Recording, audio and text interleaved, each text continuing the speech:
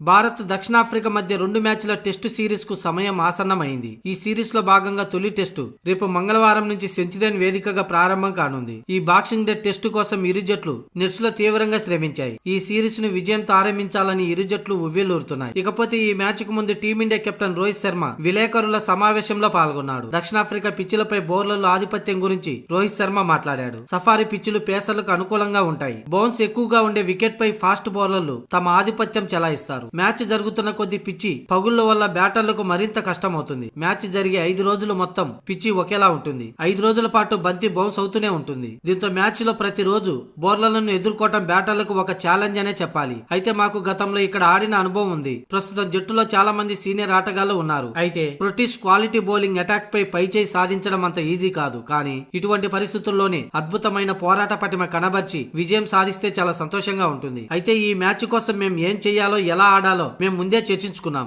అదే విధంగా టెస్టుకు సిద్ధం కావడానికి మాకు చాలా సమయం లభించింది. ఈ మ్యాచ్ లో విజయం సాధించేందుకు అన్ని విధాలుగా ప్రయత్నిస్తామని ప్రీ మ్యాచ్ కాన్ఫరెన్స్ లో రోహిత్ శర్మ పేర్కొన్నాడు. కాగా వన్డే వరల్డ్ కప్ ఓటమి తర్వాత రోహిత్ శర్మ, విరాట్ కోహ్లీ, జస్ప్రీత్ బుమ్రా తొలిసారి మైదానంలోకి అడుగు పెట్టబోతున్నారు.